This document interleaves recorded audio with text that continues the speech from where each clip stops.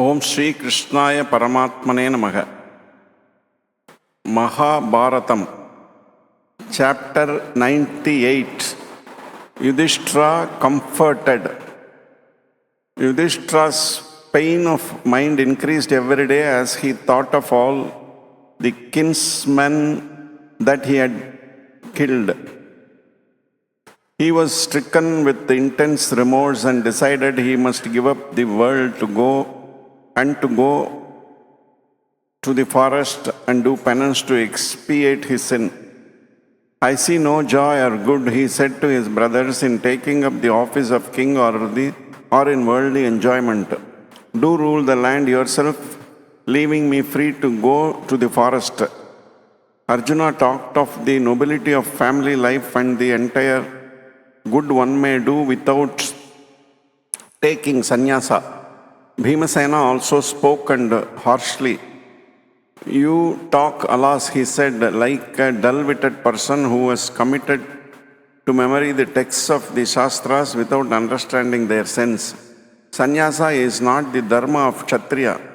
The duty of a Kshatriya is to live an active life and perform his proper task, not to go to the forest renouncing activity. Nakula also contested the propriety of Dharmaputra's proposal and insisted that the path of work was the right one to follow and the way of sannyasa was beset with difficulties. Sahadeva also argued likewise and entreated, "You are my father, my mother and my teacher as well as my brother. Do not leave us, bear with us." Draupadi also spoke. It was right we killed Duryodhana and his men. Why should we regret it? Among the duties of a king is included the inflicting of just punishment. It cannot be avoided and is an essential part of the ruler's duty. You have meted just punishment to evildoers. There is no cause whatsoever for contrition. It is now your sacred duty to take up the burden of governing the land according to dharma. Cease grieving. When Vyasa spoke to Yudhishthira at length and explained where his duty lay, pointing out precedents and persuaded him to go to the city and take up the burden of ruling the land. Yudhishthira was duly crowned at Hastinapura.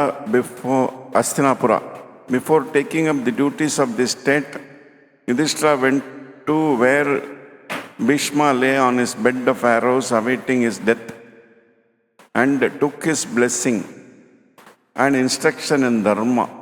This instruction of Bhishma Charya to King Yudhishthira is the famous Shanti Parva of the Mahabharata. After the discourse was over, Bhishma's soul passed out. The king went to the Ganga and offered libations. In accordance with the ancient custom for the peace of the departed soul. After the ceremony was over, Yudhishthira went up to the bank. There, as he stood for a while, all the tragic events came back to his mind, and overcome by intense grief, he fell senseless on the ground like an elephant struck down by the hunter. Bhima went up to his brother and caressed him tenderly and spoke to him soothing words. Dhritarashtra also came up and said to Yudhishthira, "You should not grieve like this. Arise and, assisted by your brothers and friends, reign over the kingdom that awaits your rule. Your duty now is to do what appertains to the office of the king. Leave grief to Gandhari and me. You achieved victory in battle in accordance with the dharma of warriors.